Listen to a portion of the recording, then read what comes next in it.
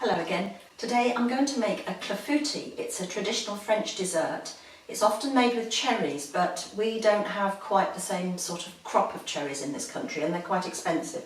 So I'm going to use a mixture of fruits. I'm going to use strawberries and a few cherries as well. And it's a good opportunity to use one of these ceramic flan dishes that several people have lurking at the back of their cupboard. It's perfect for this. So here we go. Now I've got the oven on to gas mark 5, which is 190 Celsius or 170 fan, and I'm going to grease this dish. It's got to be a container that's fairly shallow and doesn't have a loose base. And I've got some butter on here. You really need to give it a good layer of butter on there so that it doesn't stick too much. It will stick, that's just the nature of it, because clafoutis is a fruity mixture that's in a thick batter, but it's quite delicious. So it's the stalk off the cherry and then cut the cherry in half, and that way they'll sit in the base of your dish. You need about 400 grams of fruit in total, and you need to arrange it so it looks pretty. You're not actually going to see it, but you know that you've got a lovely arrangement of fruit in your dish.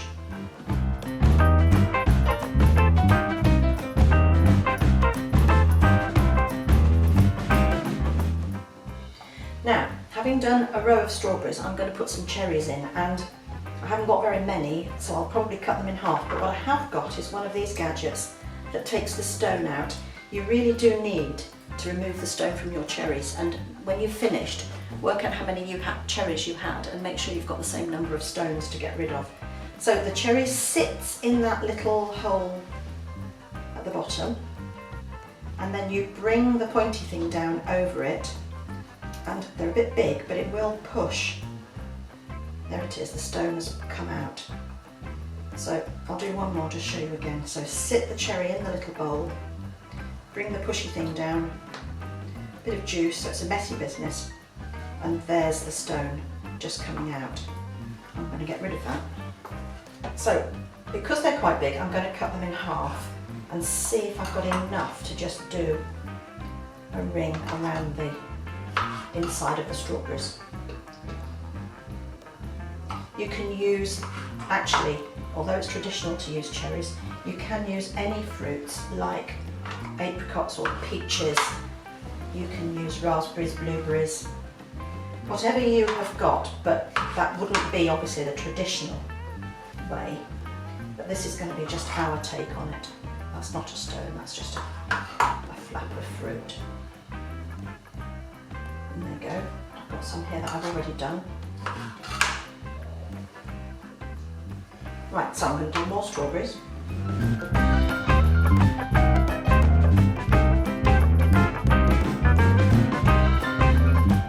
Then I've got just a few cherries left to fill the centre.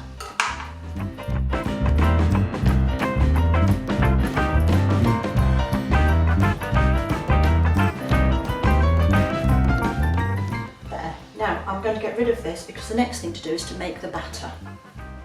So for our batter, we're going to use 50 grams of ground almonds that go in a big mixing bowl. We're going to add to that 2 tablespoons of plain flour, and it can be gluten-free. Then we're going to add some sugar, 100 grams of caster sugar. It can be golden caster if you prefer. And then we put in 250 mils of double cream. Don't be alarmed because you're not going to be eating all of this, so I know it's a bit rich, but it's a very, very delicious pudding. So there's our cream. And to that, we add some eggs. Now, we've got to use 2 whole eggs and 2 yolks. So what I'm going to do is crack the eggs into a small bowl, one at a time. Make sure there's no shell. That one's okay, that can go in. That's the first one. Second egg. There we are. No shell, so that goes in. Now, we need just the yolks of the other 2 eggs. So, one of the easiest ways to separate eggs is to crack your egg onto a plate.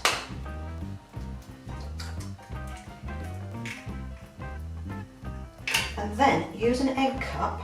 Cover up the yolk with the egg cup and tip the white into a bowl. We don't want this white this time round, I can use that for something else. you can see that that gets rid of most of the white, and if I do it again, get rid of that last little bit. And this enriches the batter with the extra egg yolks, so that one can go in. And I've got one more to do.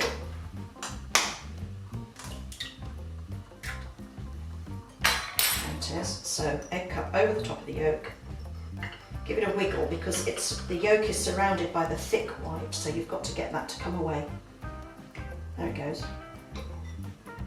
Let's get rid of a tiny bit more. And there's our yolk. Right. Now all we have to do is mix this, and I'm going to use an electric mixer, and we'll finish up with a very thick batter.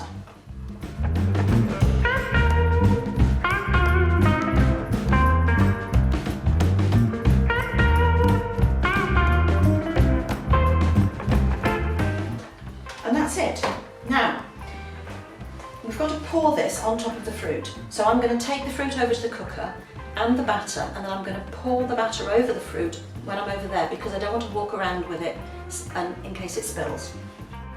I've put my dish onto a baking tray because sometimes this rises up and overflows a little bit and it'll make a mess in the bottom of the oven. It also makes it easier to actually get hold of the thing when it's cooked to get it out. So dish onto a baking tray, and then here's our batter, and we very gently pour it on the top.